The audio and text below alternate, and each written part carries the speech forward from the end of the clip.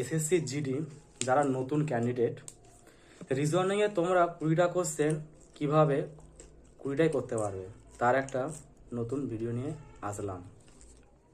এত কথা না বাড়িয়ে চলো মেন টপিকে আসা যাক, যে এসএসসি জিডি মেন টপিকগুলো কি কি তোমাদেরকে আজকে আলোচনা করছি। যারা নতুন ক্যান্ডিডেট আছো তাদের জন্য এই টপিকগুলো নিয়ে আসে, পুরাতনের জন্য তো টপিক নিয়ে আসে, কেননা তারা সবই জানে, তাদের নতুন কিছু জানার কিছু নেই রিজনিংয়েতে।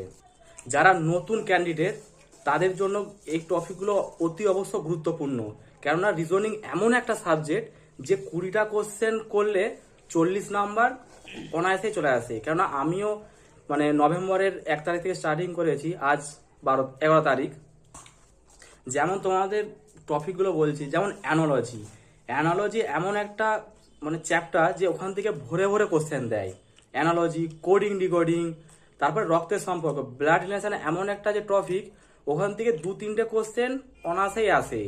আর রক্তের সম্পর্কটা এমনিতেই হার্ড কোশ্চেন, কিন্তু রক্তের সম্পর্ক তোমরা ভালো করে প্র্যাকটিস করবে রিজনিংয়ের বইয়েতে।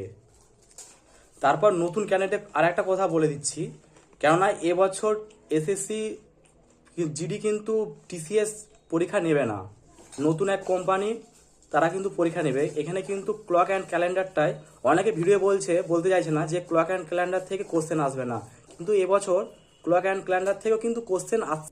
যার আরেকটা চ্যাপ্টার বলছে, যেমন সিরিজ থেকেও কোশ্চেন আসে, 2-3টে কোশ্চেন সিরিজ থেকে কোশ্চেন আসেই। যেমন নাম্বার সিরিজ থেকে একটা কোশ্চেন আসে, লেটার সিরিজ থেকে একটা কোশ্চেন আসে। যেমন তোমাদের আরেকটা চ্যাপ্টার বলছি ডাইসটা এত ইজি কোশ্চেন আসে, তোমরা অতি সময়ের মধ্যে ডাইস করে দেবে। কেউ যদি ভালো করে ডাইসটা প্র্যাকটিস করে, তোমরা ডাইসটাও কিন্তু দেখতে পারো। ডাইস থেকে প্রত্যেক বছরই কিন্তু কোশ্চেন দেয়, 2টো থেকে একটা কোশ্চেন ডাইসে থাকেই। যারা নতুন ক্যান্ডিডেট, এসএসসি জিডি নভেম্বরের 12 তারিখ থেকে নোটিফিকেশন আসার কথা ছিল, কিন্তু এখনো আসে না। কি কোনো কারণ হতেই পারে যে নোটিফিকেশন আসতে দেরি হতে পারে। কিন্তু তোমরা যদি এই 3-4 মাসে যদি যে 20টা কোশ্চেন 20টাই তোমরা করতে পারবে, যদি রিজনিংয়ের আরডব্লিউ যে বুকটা আছে, আমি কিন্তু কোনো বইকে প্রমোট করছি না, ঠিক আছে। আরডব্লিউ বুক আমি 10-12 দিন পড়ছি, এত পরিমাণে জিনিসটা দেওয়া আছে ওখানেতে, এত স্ট্রিক্টভাবে দেওয়া আছে, ও একদম তুমি দেখলেই করে দিবে পুরো একদম। কোশ্চেন এত সুন্দরভাবে তোমাকে সাজানো আছে।